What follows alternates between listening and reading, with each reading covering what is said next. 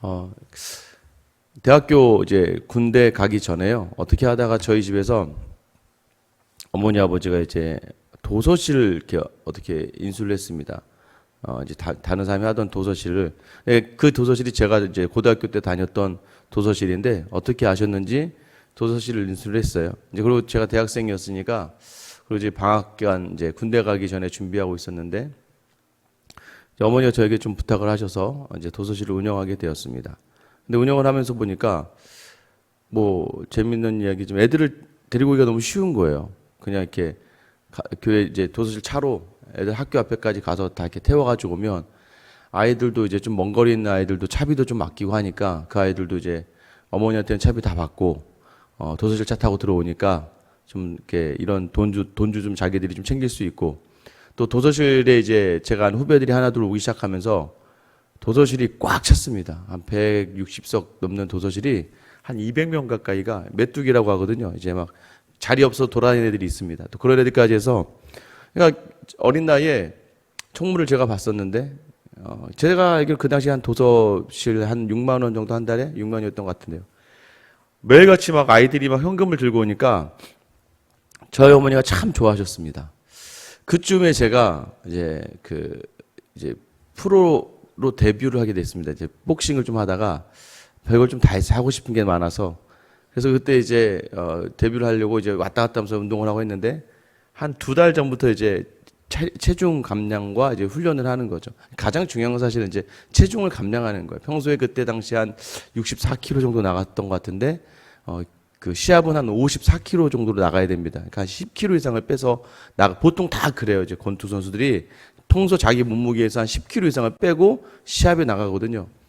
근데 이제 한 달 남겨놓고 이제 뭐 연습만 하다 한 달 남겨놓고 이제 10kg를 빼기 시작하는데 밥도 못 먹고 막 정말 매일 아침마다 새벽에 일어나서 산에 올라가서 막 그 고생을 다 하고 그리고 나서 이제 뭐 잠도 잠깐 자고 밥은 이제 반 공기에 뭐 계란 후라이나 고기 조금 몇 조각 먹고 또 다시 계속 운동하고 샤워는 절대 탕에 물을 담그면 안 됩니다. 탕에 물을 담글 순간 이 몸이 그냥 그 물을 쫙 흡수하는 바람에 몸무게가 확 늘어납니다. 그러니까 절대 물에 담궈도 안 되니까 샤워로만 간단하게 여름에 이제 더운데 그래서 결국에 이제 해남까지 가서 이제 막 차 타고 한 5시간 가서 해남에 도착해서 개체량을 재는데도 한 2, 3kg가 모자라서 그날 해남 그 땡볕에서 땀복을 입고 한 또 3시간 정도 뛴 것 같아요. 다 그 시합 전날.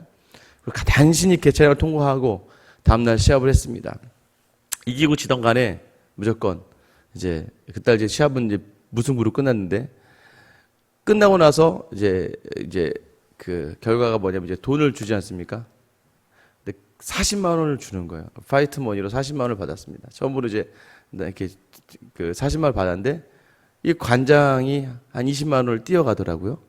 20만 원을 받은 거잖아요. 그래서 제가 문득 이렇게 앉아서 고민을 딱 했습니다. 시합 중에 이제 한번 이제 마지막 라운드인가에 제가 한번 연타로 한 9대를 맞았는데 9대를 맞는 그 9대 맞는 순간에 참 저에게 많은 깨달음이 있었습니다. 이게 맞으면서 야 내가 이렇게 맞으면서 돈을 버는 일을 해야 되나 라는 생각을 하면서 그러면서 이제 마지막에 딱 끝나고 나서 손에 쥐어지는 것도 한 20만 원 그것도 올라오는 차비로 쓰고 뭐하고 했더니 한 15만 원 정도밖에 안 남는 거예요. 그럼 이 15만 원 때문에 2달 동안을 잠도 못 자고 몸무게를 빼기 위해서 매일 새벽같이 운동하고 매일 스파링하고 뛰고 했는데 15만 원 2달 동안 갑자기 차라리 내 도서실에서 총무하는 게 훨씬 더 돈을 많이 벌겠다. 그러면서 또 한편 든 생각은 그때 확신했습니다. 공부 열심히 해서 차라리 공부를 열심히 해서 내 직장에 들어가는 게 이거보다 낫겠다는 생각이 들어서 그 뒤로 이제 권투를 내려놓고 또 관장이 저를 찾을까봐 군대를 가버렸습니다.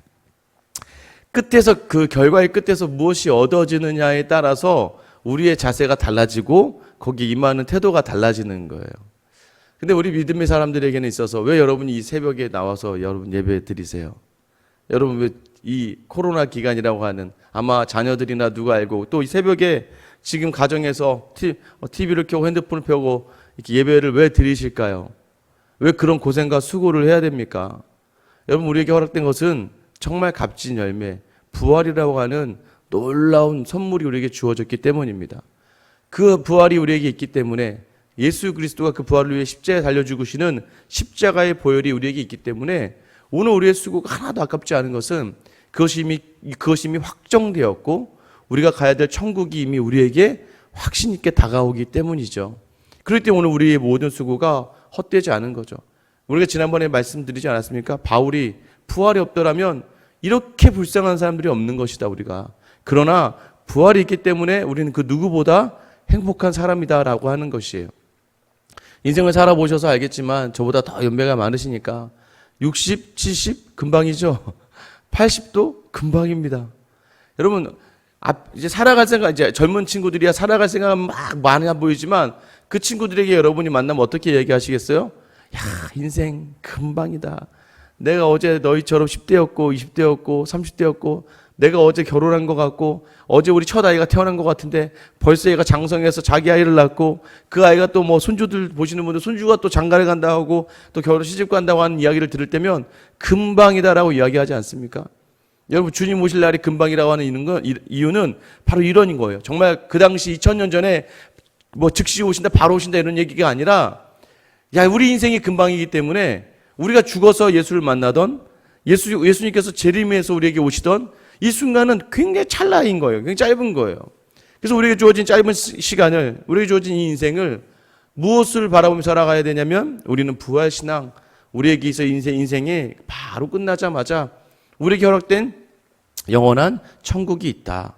그러니까 오늘 하루를 살아도 천국이 허락된 사람처럼 살아야지 오늘 하루를 살면서 이 세상에 비굴하게 이 세상에 무언가를 맞춰 살려고 하고 이 세상의 것을 쫓아 살려고 하는 그런 아둔함과 우둔함에서 벗어날 수 있는 것은 우리에게 온전한 부활이 이미 허락되어져 있기 때문이에요. 그래서 우리가 지금의 수고가 아깝지 않은 것이죠.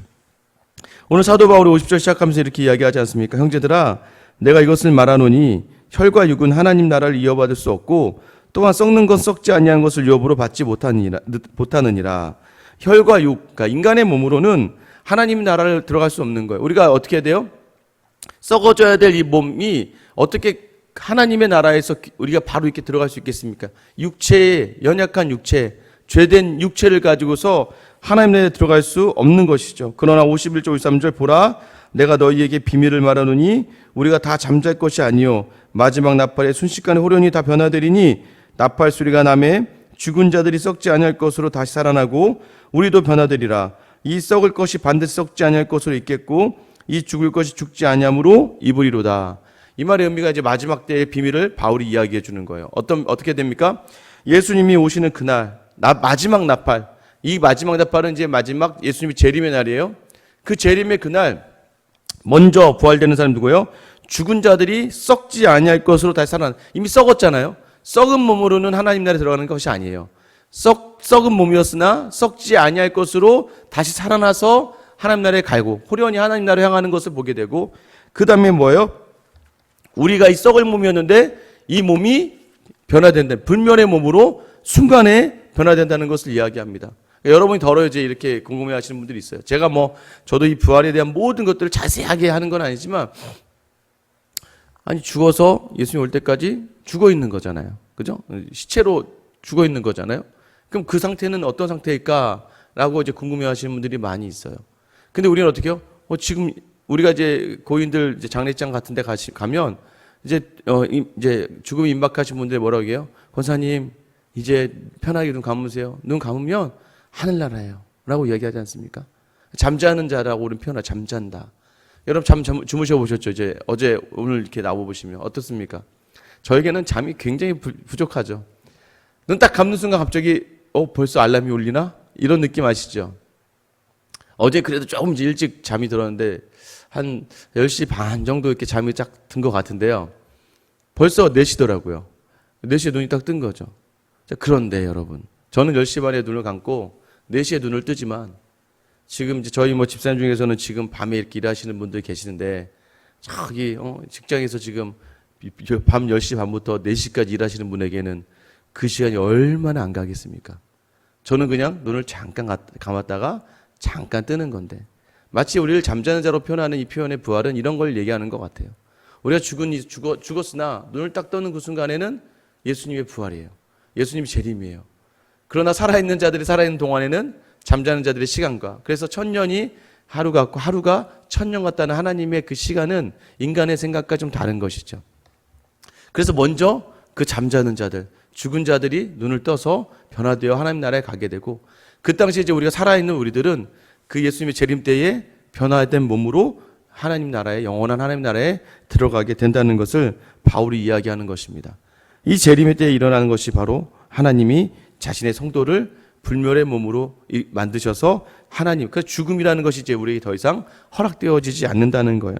그래서 54절, 이 썩을 것이 썩지 아니함을 입고 이 죽을 것이 죽지 아니함을 입을 때에는 사망을 삼키고 이기리라고 기록된 말씀이 이루어지리라. 사망이 이제 우리를, 여러분 보세요. 인생을 살 때는요, 제일 무서운 말이 뭐예요? 우리도 모르게 너 죽는다. 죽음이라는 것이 가장 우리 끝선의 두려움이에요. 그래서 생명이라는 것이 우리에게 굉장히 맞죠? 세상의 모든 것을 가지고 있어도 생명이 끝나면 모든 것이 다 끝나는 것처럼 느껴지잖아요. 오늘 내 모든 것은 생명과 관련되어 있다고요. 그러니까 우리 인간의 모든 재앙과 한계는 죽음과 관련되어져 있어요. 이것을 넘어갈 수가 없습니다. 아무리 부자로 살면 뭐합니까? 아무리 권력이 있으면 뭐합니까? 하나님이 성경에 마태복음에서 얘기하잖아요. 야, 자기 거 다 쌓아놓고 자기가 쌓은 줄 알고 웃고 있고 만족하고 있니? 너 오늘 내가 저녁에 데려가면 어떻게 할 거야? 라고 말씀하시는 예수님 말씀이 있죠. 여러분, 이것이 우리의 한계예요. 죽음이 한계였는데, 그러나 이 죽음을, 이 부활이 아무것도 아닌 것으로 만들고, 이 사망이 아무것도 아닌 것으로 만들고 이 사망을 이긴다는 거예요. 55절 56절, 사망아 너희 승리가 어디 있느냐? 사망아 내가 쏘는 것이 어디 있느냐? 사망이 쏘는 것은 죄요, 죄의 권능은 율법. 이게 호세아서 13장 14절 말씀 인용한 건데요.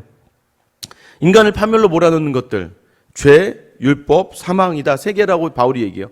죄와 그 다음에 율법과 결국에 사망으로 넘어가는 이 과정에서 죄는 사망의 벌침이다. 그러면서 사람이 죄를 지어서 그 죄의 한계를 못 넘어간다는 거죠. 아담의 죄로 인해서 우리 인간의 죄가 우리 죽음 이상을 못 넘어가니까 죽음은 끝이라는 거예요.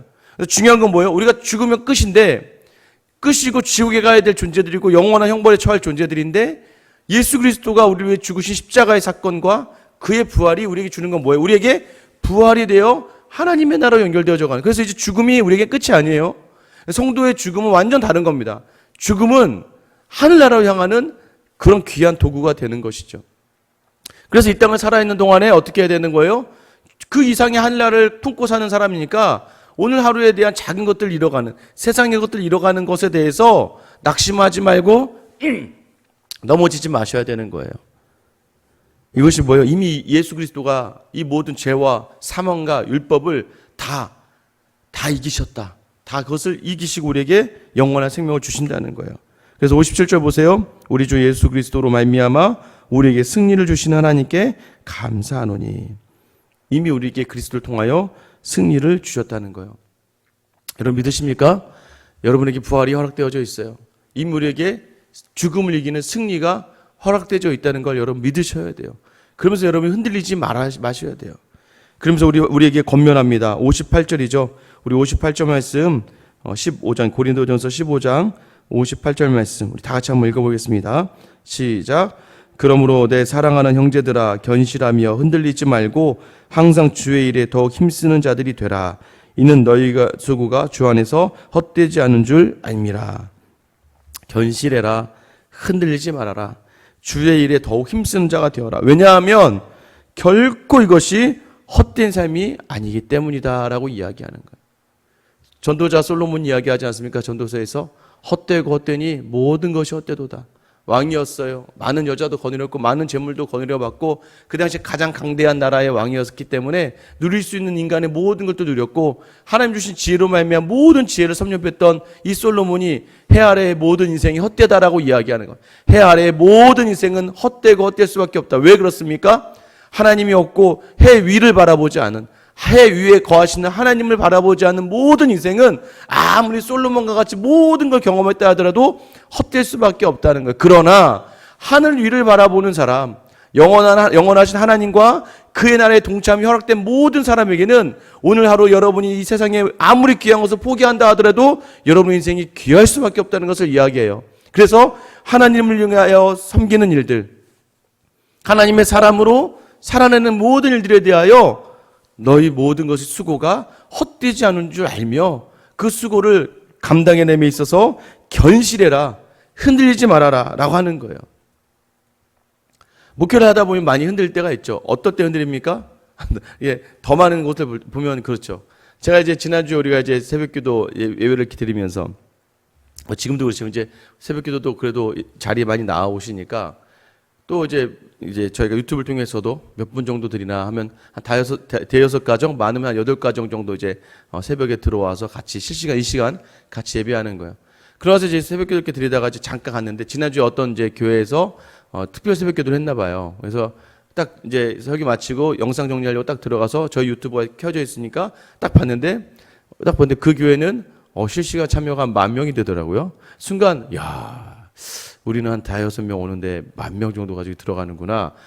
그 순간의 생각에 갑자기 이렇게 수고를 해도 하면서 이게 갑자기 허탈해질 때가 있죠. 비교하다 보면. 그렇지 않습니까?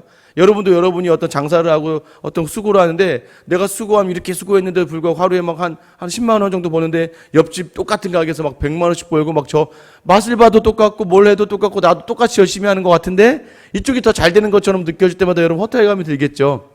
여러분 그런 마음이 들지 않겠습니까?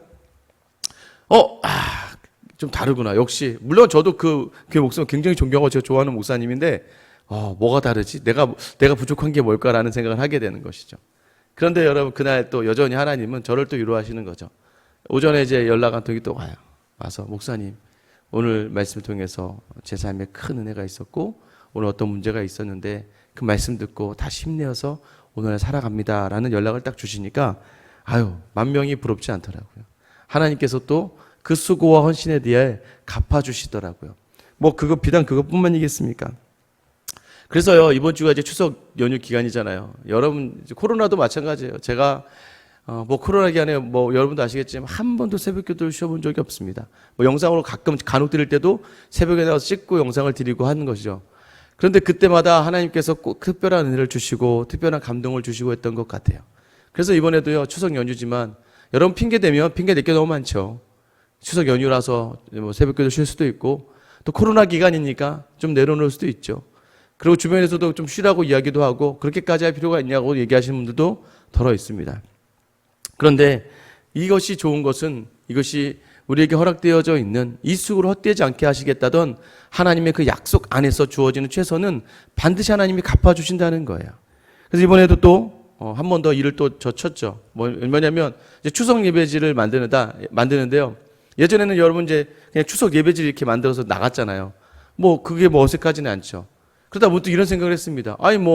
영상으로도 주일날 예배 드리는 판에 추석 예배도 담임 목사가 영상으로 이렇게 예배 드려드리면 좋겠다. 물론 이제 제일 좋은 건 가장으로서 이제 명절에 한번 모인 자리에서 자녀들과 이제 그 가족 대표해서 예배를 인도하는 것도 참 그게 우선인 것 같아요. 그런데 가끔 가다 보면 가끔 자녀들의 관계에서 예배 인도하기 뭐한 가정도 좀 있고 또 보다 보면 아니면 또 말씀을 전하기에는 애들이 너무나 많이 여기저기서 말씀을 들어서 너무 좀 이렇게 부끄럽게 막 맞춰지는 경우도 있잖아요. 그렇지 않은 가정은 그 예배지 가지고 예배지 하나 만들어 놨습니다.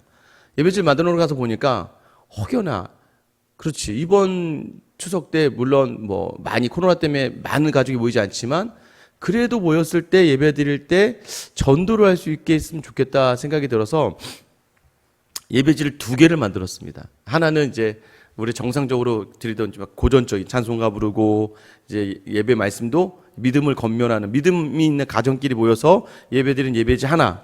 이제 그 예배지는 추석이 또 당일이 저희 월상 예배 드리는 새벽이더라고요.